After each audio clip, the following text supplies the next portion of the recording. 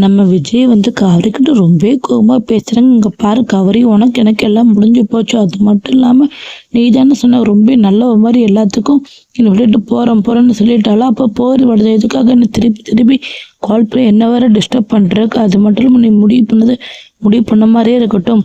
நீ என்னை விட்டுட்டு விலைக்கு போயிட்டாலும் போய்க்கா, எனக்கு எந்த பிரச்சனையும் இல்லை. ஆனால் நான் இப்போ உன்னை விட்டுட்டு ரொம்ப தூரம் விலைக்கு வந்துட்டு இதுக்கப்புறம் எனக்கு திரும்பி கால் பண்ணாத அப்படி சொல்கிறாங்க. இதெல்லாம் கேட்டோன்னா கவரி கணக்கில் எங்ககிட்ட நான் சொல்கிறது ஒரு நிமிஷம் கேளுங்கங்க அப்படி சொல்லிட்டு நம்ம கவரி எவ்வளோ பேச வராங்க. அப்போ இருந்த சூழ்நிலை வேற, இப்போ இருந்த சூழ்நிலை வேறாங்க அப்படி சொல்கிறாங்க. ஆனால் நம்ம விஜயத்தை கொஞ்சம் கூட கேட்காம எனக்கு அதெல்லாம் தெரியும், உன்னால் நிமிஷம் மாறி மாறி என்னால் பேச முடியாது, நான் மனசு வரட்டும், அது மட்டும் இல்லாமல் உனக்கு ரொம்ப டைம் கொடுத்தேன். ஆனால் நீ பழையபடியே மாறி என்னை தேடி வர மாதிரி எனக்கு தெரியவே இல்லை.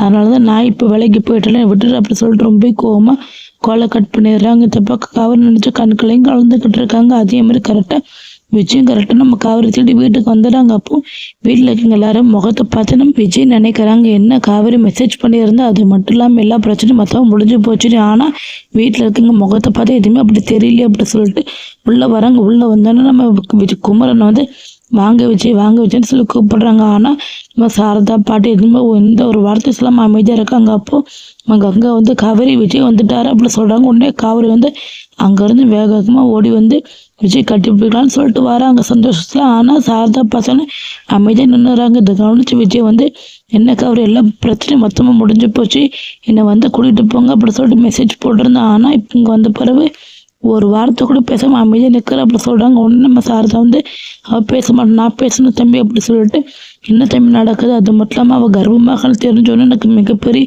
குண்டே வந்து விழுந்த மாதிரி ஆகிப்போச்சு. அது மட்டும் இல்லாமல் என்ன நினைப்பேன், என் பொண்ணு நானே சந்தேகப்படுற மாதிரி ஆகிக்கிட்டீங்களே அப்படி சொல்லிட்டு ரொம்ப கண் கலங்கிக்கிட்டு நம்ம சாரதா கேட்குறாங்க. உடனே நம்ம விஜய் வந்து நீங்கள் இந்த மாதிரிலாம் பேசிட்டு இருக்கீங்க, அது மட்டும் இல்லாமல் தப்பாலாம் பேசாதீங்க, காவிரி நானும் தப்பாலாம் ஒன்று பழகலாம், அது மட்டும் கைவிடவும் செய்யலை, என் மனசு முழுக்க அவள் மட்டும்தான் இருக்கா. அது மட்டும் இல்லாமல் நானும் அவளும் மனசார விரும்பினதுக்கு அப்புறம் தான் காவிரி வயசில் குழந்தை வந்துச்சு. நானும் அவளும் மனசார ஒருத்தர் நேசிக்க ஆரம்பித்தோம். அது மட்டும் இல்லாமல் கல்யாணம் பண்ணியே வாழ்க்கை வாழ ஆரம்பிச்சிட்டோம்.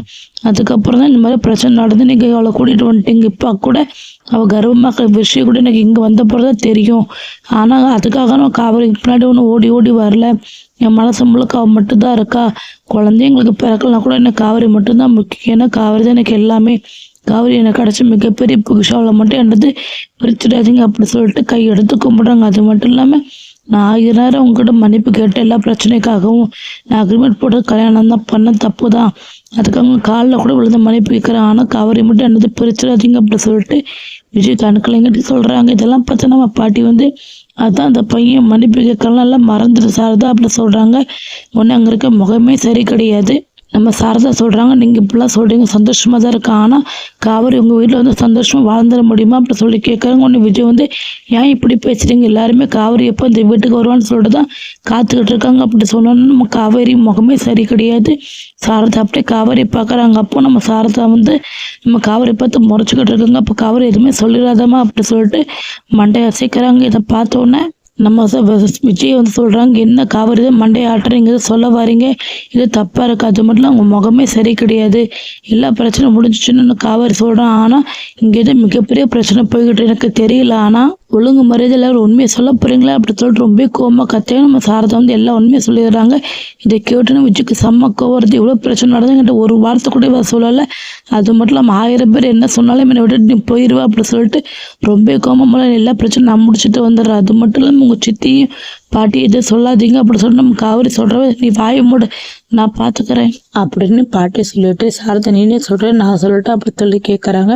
இன்னும் சாரதா நடந்த விஷயத்துல சொல்லுங்க, இந்த மாதிரி உங்கள் சித்தியும் பாட்டி வந்து எவ்வளோ முடியுமோ அந்த அளவுக்கு கேவலப்படுத்திட்டு போயிட்டாங்க அப்படி சொல்லிட்டு நம்ம விஜய்கிட்ட நடந்த விஷயத்த எல்லாமே ஒன்று விடாமல் சொல்லிடுறாங்க. இதெல்லாம் கேட்டுன்னா விஜய்க்கு செம்ம கோவம் இல்லை, நான் பார்த்துக்கிறேன். அது மட்டும் இல்லாமல் நீங்கள் இனிமேல் நினச்சி கவலைப்படாதீங்க, இவ்வளோ பிரச்சனை ஒரு வார்த்தை கூட இவ சொல்லலை, எவ்வளோ சொல்லாதீங்க ஒரு தடுக்கிறேன், என் குடும்பம் இந்த மாதிரிலாம் பண்ணியிருக்காங்களா அப்படி சொல்லிட்டு ரொம்ப கோவமாக நேராக வீட்டுக்கு போகிறாங்க. வீட்டுக்கு போய் செம்ம கோவத்தில் கத்துறாங்க. அப்போது நடந்த விஷயத்தெல்லாம் பாட்டிகிட்ட சொல்லி கேட்குறாங்க. பாட்டி வந்து என் விஷயத்துல நம்பிக்கை இல்லையா, அது மட்டும் இல்லாமல் நான் அந்த மாதிரிலாம் பண்ணுவானா, அப்போ உனக்கு இந்த காவிரி சாரதா எங்கள் குடும்பம் சொல்கிறது தான் முக்கியம், என்ன இந்த பாட்டின்னு சித்தி நம்ப மாட்டேன் அப்படி சொல்லிட்டு ரொம்ப கோவமாக கேட்குறாங்க. உடனே விஜய் வந்து எனக்கு யார் என் குடும்பம் இல்லைன்னு எனக்கு தெரிய மாட்டேங்குது, என் குடும்பத்தில் இருக்கிறவங்க என்னோட சந்தோஷத்துக்கு எதிராக இந்த மாதிரிலாம் பண்ணுவாங்களா, அது மட்டும் இல்லாமல் இந்த மாதிரிலாம் பண்ணிட்டு இப்படி ஒண்ணுமே தெரியாத மாதிரி போய் சொல்லிட்டு நிற்பாங்களா அப்படி சொல்லிட்டு ரொம்ப கண் கலங்கிக்கிட்டு விஜய் சொல்றாங்க. இதெல்லாம் தாத்தா செம ஷாக் ஆகுறாங்க. டேய் என்னடா நடந்துச்சு ஒழுங்கா சொல்லுடா அப்படி சொல்லி கேட்கறாங்க. உடனே விஜய் வந்து ஆமா தாத்தா காவிரி கிட்ட போய் நான் கேட்டதை சொல்லி டிவோர்ஸ் பேப்பர்ல கேளுதெல்லாம் கேட்டிருக்காங்க. அது மட்டும் இல்லாம காவிரி என்னை விட்டுட்டு போயிடணுமா அப்பந்தான் சந்தோஷமா நான் இருப்பேன். அது மட்டும் இல்லாம காவிரி அதிகம் இந்த வீட்டுக்கு வாழ வந்தானா நான் செத்துருவேன் அப்படி சொல்லிட்டு பாட்டி மிரட்டியிருக்காங்க அப்படி சொல்லிட்டு ரொம்ப கோம சொல்றாங்க. இதெல்லாம் கேட்டோன்னே நம்ம தாத்தா அப்படியே செம்ம ஷாக்கோடு நிற்கிறாங்க. நம்ம தாத்தா அதுக்கப்புறம் முடிவு என்னதான் இருக்கும். அது மாதிரிலாம் விஜய் வந்து அடுத்து என்ன பண்ண போறாங்க, நம்ம காவிரி எல்லாரையும் மீறி இந்த வீட்டுக்கு கூட்டிட்டு போவாங்க, இல்லைன்னா எனக்கு காவிரி இருக்க இடம் தான் முக்கியம் சொல்லிட்டு நம்ம காவிரிக்காக அந்த வீட்டில் இருக்க எல்லாரையும் மொத்தமாக தூக்கி வீசிட்டு காவிரி வீட்டிலே போய் செட்டில் ஆக்க போறாங்களா பொறுத்து இருந்து வரப்போற வீடுல பார்த்து தெரிஞ்சுக்கலாம். எப்படி சாரதை கலை விஷயம் தெரிஞ்சு போச்சு, விஜயகாரி எப்படி சேர்த்து வைக்க போறாங்க. நம்ம எல்லாருமே எதிர்பார்த்துட்டு இருந்த மாதிரி விஜயகாரி கூடி சீக்கிரம் ஒன்று சேர போறாங்க. இனிமேதான் மகாணத்தை சேர இன்ட்ரெஸ்டிங்கான எபிசோட் வரப்போது ஒன்று நம்ம பார்த்து தெரிஞ்சுக்கலாம். தேங்க்யூ ஃபார் வாட்சிங்.